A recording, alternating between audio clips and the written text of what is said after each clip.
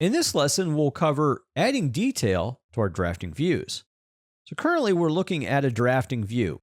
This drafting view contains detail lines and detail components that we inserted into the view. So how do we go about adding this detail to this drafting view?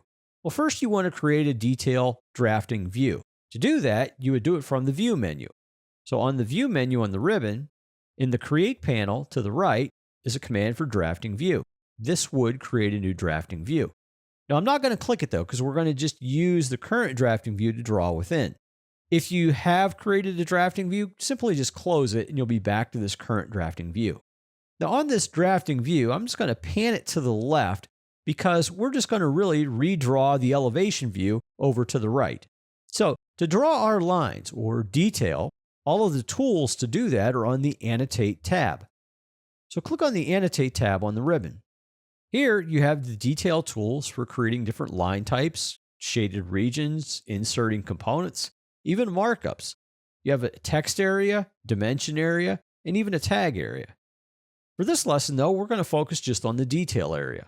So let's first create detail lines. So click the Detail Line tool. And once you do that, the first thing you should set is the line style all the way on the right. So on the right side of the ribbon, click the drop down for line style, scroll to the top, and let's choose the line style 51. In the draw area, just verify that the single line tool is selected. And now we're really ready to start drafting.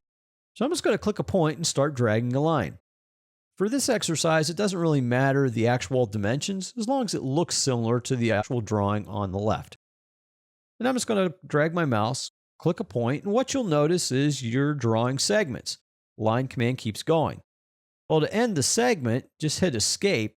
You stay within the line command, but again, the segment stops. Now I could start to draw another line just by clicking points, and again, hit Escape once to end the segment. And I could continue to draw, in this case, just drafting different elements, and I'm just going to basically draw and kind of recreate what I see on the left. And I can even switch tools as well. So right now I'm using the Line command to create these lines. I can also switch to the Arc tool. Without stopping the command, now I can actually create an arc within the actual series of lines, and then go back to the Line tool to finish the actual layout for what I'm creating. Now, once you are done creating your detail, hitting the Escape key once ends the line segments, but stays within the Line command. However, if you choose to deselect the chain option on the Options menu, this would only draw segment to segment to segment. It wouldn't be continuously changed, so you wouldn't have to hit the Escape key. Option is yours though. But when you're done with the command, you can hit the Escape key twice or just click Modify in the upper left. Now the two circles that represent a pipe section, if you mouse over those on the left, you'll actually see it is a detail item, but it's a section. This is something that wasn't drawn, but inserted from a library. So to insert this detail component, let's go to the Annotate tab again. On the Detail panel, you'll see an option for Component. Click the drop down and choose Detail Component. This will load in the left in the Property area all of the details that are currently loaded into this project. Let's select the first one, which is a section view of the pipe. Now, if you didn't have the detail that you want, you could always click Load Family on the right side of the ribbon and load in the detail element from your library or a standard detail from the Revit library. Now, it's just a matter of placing this element that you loaded in to the exact location to where you want it. And then once you're done, I can hit the Escape key twice or click Modify. And that was an example of how to insert in a detail component. Now the last piece is the text that's sitting on the bottom, elevation. Well, in the Text panel on the Annotation tab, I'm simply going to click Text.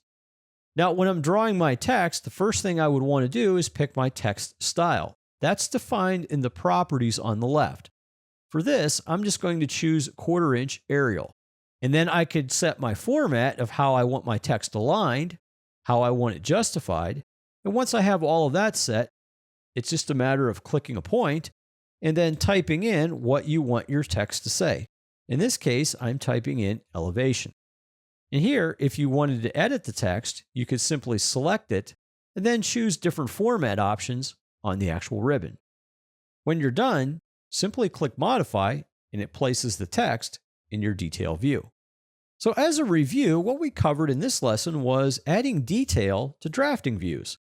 We looked at the different ways to create detail. One, by drawing lines.